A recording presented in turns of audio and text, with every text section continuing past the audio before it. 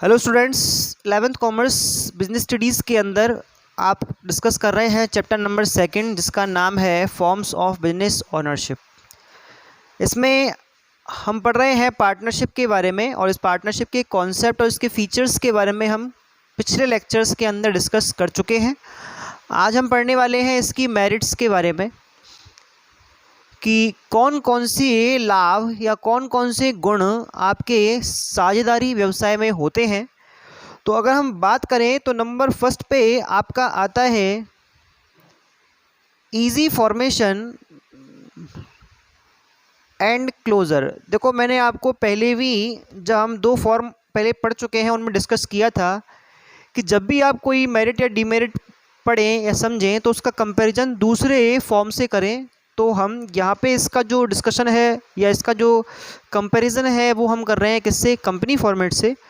तो जैसा कि आपको पता है कि एक पार्टनरशिप बिजनेस जो होता है उसको स्टार्ट करना और उसको बंद करना काफ़ी इजी है, क्योंकि इसके लिए केवल और केवल क्या है, इसके लिए आप कुछ करना है एक लीगल एग्रीमेंट। और जो लीगल एग्रीमेंट है उसमें भी कुछ नहीं है, आपको केवल जो 2, 4, 10 जितने भी आपके पार्टनर्स हैं उन सभी पार्टनर्स को अपनी म्यूचुअल कंसेंट के थ्रू एक बिजनेस को स्टार्ट करने के लिए एग्री होना है। और इसी एग्रीमेंट को तोड़कर, यानी कि वो आपस में म्यूचुअल कंसेंट से ही इस बिजनेस को इजीली बंद भी कर सकते हैं। यहाँ पर ना कोई डॉक्यूमेंटेशन है, ना कोई लीगल फॉर्मेलिटीज़ हैं, इस तरह की कोई बाउंडेशन नहीं है। तो इस बिजनेस को स्टार्ट करना और इस बिजनेस को बंद करना काफ़ी कैसा है, ईजी है। क्लियर? तो पहला पॉइंट आपको समझ में आ चुका है। नंबर 2 पे हम बात करेंगे बैलेंस्ड डिसीजन मेकिंग। बैलेंस्ड का मतलब होता है संतुलित और डिसीजन मेकिंग का मतलब होता है निर्णयन। यानी कि डिसीजन मेकिंग यहाँ पे कैसे हो रही है, संतुलित हो रही है, अच्छी हो रही है। अच्छी कैसे होती है? जैसा कि हमने सोल ट्रेड में पढ़ा, जैसा कि हमने HUF में पढ़ा कि वहाँ पर जो कंट्रोल है वो सोल कंट्रोल है और डिसीजन लेने की जो ऑथोरिटी है वो किसी एक इंडिविजुअल के पास ही है। अब ऐसी कंडीशन में क्या होगा कि वहाँ पे कोई डिस्कस करने के लिए नहीं है, वहाँ पे कोई कंसल्ट करने के लिए नहीं है। तो ऐसी कंडीशन में आपको खुद को अपनी ही क्या करनी है, इंटेलिजेंसी के थ्रू उस डिसीजन को लेना है। यहाँ पर क्या है, यहाँ पर पता चला कितने हैं, आपके 5 पार्टनर हैं और पांचों पार्टनर मिलके क्या करेंगे, ऑथोरिटी रखते हैं कि वो डिसीजन लेने के लिए अपने अपने ओपिनियन शेयर करें। जब इन सबके ओपिनियन, इनकी आपस की सबकी कंसल्टेंट पूरी हो जाती है तो उसके बाद आप क्या करते हो, डिसीजन लेते हो। तो इस तरह से जब अपन जांच पड़ताल करके पूछ के एक दूसरे से तब कोई डिसीजन लेते हैं तो वो डिसीजन कैसा होता है, अच्छा होता है। तो यहाँ पर जो बैलेंस डिसीजन है वो होंगे आपके। ठीक है। नंबर 3 पे आप बात कर सकते हैं मोर फंड्स के बारे में। मोर फंड्स, देखो इसका कंपैरिजन भी हम सोल ट्रेड या HUF से कर सकते हैं। जैसा कि आपको पता है सोल ट्रेड के अंदर एक ही क्या होता है, ओनर होता है। HUF के अंदर भी आप एंसेस्ट्रल प्रॉपर्टी से ही बिजनेस करते हो, आपके पास एक्स्ट्रा कैपिटल लगाने के लिए व्यवस्थाएं नहीं होती। यहाँ पर मोर फंड्स इसलिए हैं क्योंकि यहाँ पर नंबर ऑफ़ पार्टनर्स कैसे हैं, ज़्यादा हैं। वहाँ पे एक ही व्यक्ति था, HUF में फैमिली मेम्बर्स ही हैं, कोई बाहर का व्यक्ति आ नहीं सकता।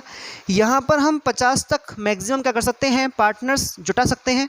और ऐसी कंडीशन में जब ज़्यादा लोग होंगे तो आपके पास जो कैपिटल इन्वेस्टमेंट है वो भी क्या हो जाएगा, बढ़ जाएगा। तो इस तरह से यहाँ पर फंड्स की आपकी ये कैपेसिटी जो होती है वो ज़्यादा होती है कंपेरेटिवली किससे, HUF से और सोल ट्रेड से। क्लियर? नेक्स्ट हम बात कर सकते हैं नंबर 4 पे sharing of risk. Sharing of risk, देखो रिस्क को शेयर करना सबसे बड़ा फ़ायदा है, जैसा कि सोल ट्रेड में नहीं होता।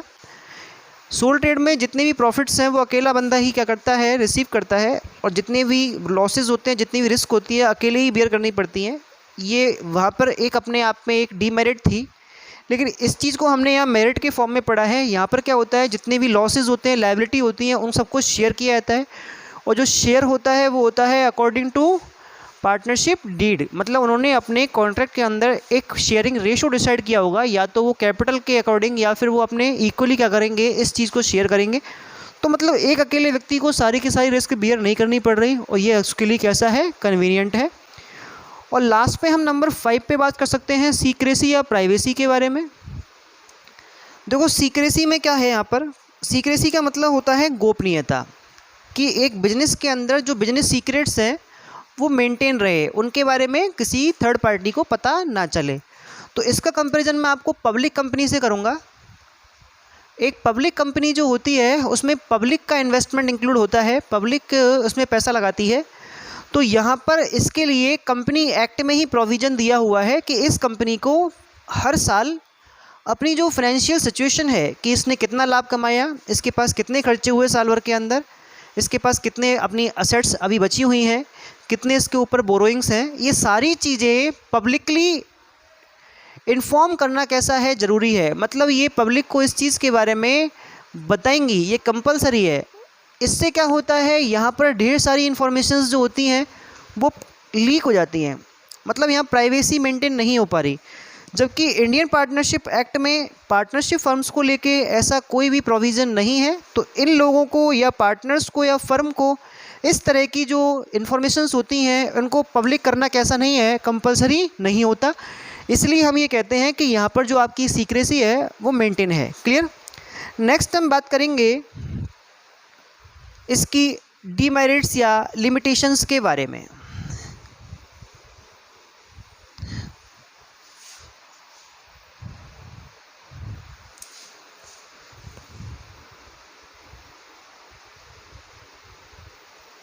लिमिटेशंस का मतलब होता है सीमाएं या दोष, यानी कि वो कौन सी बातें हैं जो पार्टनरशिप बिजनेस को एक अच्छा बिजनेस नहीं बताती।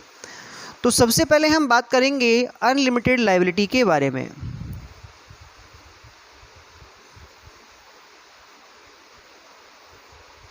जैसा कि आपको सबको पता ही है, हमने इसके फीचर्स में पढ़ा था इस बारे में कि पार्टनरशिप के अंदर जो पार्टनर्स होते हैं उनकी लायबिलिटी कैसी होती है, अनलिमिटेड होती है।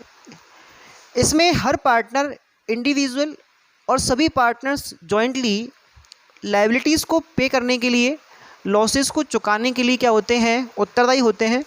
तो यहाँ पे हम बात कर रहे हैं लायबिलिटी के बारे में। अनलिमिटेड लायबिलिटी, जब भी आपके माइंड में एक नाम आता है तो आप हमेशा एक चीज़ ध्यान रखेंगे कि इसका मीन ये है कि अगर मान लो बिजनेस के जो एक्सपेंसेस हैं, बिजनेस के जो लॉसेस हैं, जो बोरोइंग्स हैं, उनको चुकाने के लिए अगर मान लो बिजनेस की प्रॉपर्टीज़ कम पड़ती हैं तो जो ऑनर होते हैं उनकी पर्सनल असेट्स भी यूज किया सकती हैं उनको पूरा करने के लिए। तो उसको हम क्या कहते हैं, अनलिमिटेड लायबिलिटी बोलते हैं। ऐसी लायबिलिटी आपकी पार्टनरशिप के अंदर होती है। नंबर सेकंड पे हम बात कर सकते हैं इसके बारे में कि आपके पास लिमिटेड रिसोर्सेज, आपके पास जो संसाधन है वो कैसे होते हैं, सीमित होते हैं। सीमित क्यों हैं, क्योंकि आपके पास नंबर ऑफ़ पार्टनर्स कैसे हैं, फिक्स हैं। भाई मैंने आपको पढ़ाया है अब तक कि 2 से लेके 50 तक आपके पास क्या हो सकते हैं, साझेदार हो सकते हैं। अब पता चला कि 50 से हम 51 नहीं कर सकते, वरना हमारी पार्टनरशिप इलीगल हो जाएगी, क्योंकि प्रोविजंस में तो 50 तक का ही दे रखा है। यानी कि अगर इससे ऊपर हम बिजनेस को एक्सपेंड करना चाहे तो कर नहीं सकते, इससे ज़्यादा लोग आपके पास जुड़ नहीं सकते। तो मतलब आपके पास फ्यूचर में एक्सपेंशन के लिए, डेवलपमेंट के लिए रिसोर्सेज जो हैं वो लिमिटेड रहेंगे। इसका कंपैरिजन हम कर सकते हैं एक कंपनी बिजनेस से। क्योंकि कंपनी बिजनेस के अंदर अगर हम पब्लिक कंपनी की बात करें तो वहाँ नंबर ऑफ़ जो मेंबर्स होते हैं वो कितने भी हो सकते हैं, जितने आपके शेयर्स हैं उतने हो सकते हैं, मतलब उनकी कोई लिमिट नहीं है। तो ऐसी कंडीशन में जब यहाँ नंबर ऑफ़ मेंबर्स की एक लिमिट बन जाती है तो यहाँ कैपिटल इन्वेस्टमेंट की भी एक लिमिट बन जाती है। तो इसलिए हम ये मान सकते हैं कि यहाँ पर रिसोर्सेज कैसे रहेंगे, आपके लिमिटेड रहेंगे। क्लियर। नंबर 3 पे हम बात कर सकते हैं पॉसिबिलिटी ऑफ कन्फ्लिक्ट। देखो, कन्फ्लिक्ट का मतलब होता है मतभेद और पॉसिबिलिटी का मतलब होता है संभावना। यहाँ पर मतभेद की संभावना बन रही है। भाई लड़ाई हो सकती है, लड़ाई तो होनी ही है। सोल ट्रेड में कोई लड़ाई नहीं थी क्योंकि वहाँ पर अकेला बंदा डिसीजन ले रहा है। HUF में लड़ाई हो रही थी क्योंकि वहाँ पे कर्ता के डिसीजन से जो को पर्सनर हैं वो क्या नहीं है, उसके लिए एग्री नहीं है। अभी यहाँ पर भी लड़ाई हो सकती है क्योंकि यहाँ पर जो बिजनेस डिसीजन है वो सभी के सभी क्या कर रहे हैं, पार्टनर्स मिलके ले रहे हैं। अब यहाँ पर मान लो किसी बंदे का ओपिनियन किसी दूसरे पार्टनर को पसंद नहीं आया तो उस डिसीजन को आप अप्लाई नहीं कर सकते। तो इस तरह से जब इनके ओपिनियंस के बीच में क्या होती है, मिसमैच आता है, तो उस कंडीशन में क्या होता है, यहाँ पर कन्फ्लिक्ट्स क्रिएट होते हैं और इससे आपकी पार्टनरशिप और बिजनेस के एलिमिनेशन की भी क्या जाती है, पोजीशन आ जाती है। तो ऐसी कंडीशन यहाँ बन सकती है। और लास्ट हम बात कर सकते हैं नंबर 4, जिसको आप जानते भी हैं, यहाँ पर कंटिन्यूटी भी नहीं है, तो लैक ऑफ कंटिन्यूटी। कंटिन्यूटी का मतलब होता है निरंतरता। मैंने आपको पढ़ाया था कि बिजनेस का जो स्टार्ट है, जो एक साझेदारी जो स्टार्ट होती है वो होती है कॉन्ट्रैक्ट की वजह से। यहाँ पर कॉन्ट्रैक्ट मेन है।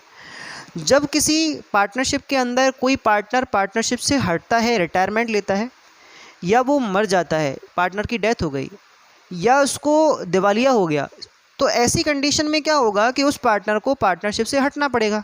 और जब वो हटेगा तो आपका जो पार्टनरशिप कॉन्ट्रैक्ट है वो ब्रेक हो जाएगा। अब जब वो ब्रेक हो गया तो इसका मतलब पार्टनरशिप ख़त्म हो गई। बिजनेस को अगर आपको आगे चलाना है तो जो रिमेनिंग पार्टनर्स होते हैं वो मिलके एक नया कॉन्ट्रैक्ट करेंगे और वापस उस बिज़नेस को स्टार्ट करेंगे, लेकिन एक बार तो उसकी कंटिन्यूटी ख़त्म हो ही गई। अगर मान लो नंबर ऑफ़ पार्टनर्स केवल 2 ही हैं, तो ऐसी कंडीशन में किसी एक पार्टनर की डेथ होने पे बिजनेस भी ख़त्म हो जाएगा, क्योंकि यहाँ पर केवल एक ही पार्टनर बचेगा और सिंगल पार्टनर पार्टनरशिप में होता नहीं है। तो इसलिए हम ये मानते हैं कि यहाँ पे कंटिन्यूटी की प्रॉब्लम भी रहती है, यहाँ पर कंटिन्यूटी की कमी पाई जाती है। क्लियर? तो इस तरह से आपने देखा है नंबर 4 को। और नंबर 5 पे हम बात कर सकते हैं। नंबर 5 पे लैक ऑफ पब्लिक कॉन्फिडेंस। देखो, पब्लिक का कॉन्फिडेंस किसी बिजनेस में तब आता है जब उसको बिजनेस के बारे में एक इन्फॉर्मेशन मिलती रहे कि भाई हाँ, इसमें ये चल रहा है, इसमें ये चल रहा है। अब चक्कर ये है कि मैंने अभी बताया कि यहाँ पर तो प्राइवेसी होती है। प्राइवेसी क्यों है? क्योंकि लॉ के अकॉर्डिंग ऐसा कुछ है नहीं कि आपको अपनी फाइनेंशियल सिचुएशन जो हो वो उसको पब्लिकली इन्फॉर्म करना पड़े, जैसा पब्लिक कंपनी के अंदर होता है। तो जब आपको इंडियन पार्टनरशिप एक्ट इस चीज़ के लिए कोई भी प्रोविज़न बना के नहीं देता तो आप ये चीज़ इन्फॉर्म भी नहीं करोगे। अब पब्लिक को पता ही नहीं है कि फ़र्म के अंदर क्या चल रहा है, उसमें प्रॉफिट हो रहा है, लॉस हो रहा है, कितने असेट्स हैं, कितने बोरोइंग्स हैं, कितनी लायबिलिटीज़ है, इसके बारे में नहीं पता। तो सीधी सी बात है, जब उनके बारे इस बारे में पता नहीं होगा तो नए पार्टनर्स आपके साथ जुड़ना नहीं चाहेंगे। आपको क्या ईजिली क्या नहीं मिलेंगे, आपको बोरोइंग्स नहीं मिलेंगे, पब्लिक इंटरेस्ट आपके बिजनेस में नहीं बढ़ेगा, और ये चीज़ आपके बिजनेस के लिए काफ़ी अच्छी नहीं मानी जाती है। क्लियर? तो ये जो प्राइवेसी मेंटेन करना है ये भी नुकसानदायक है।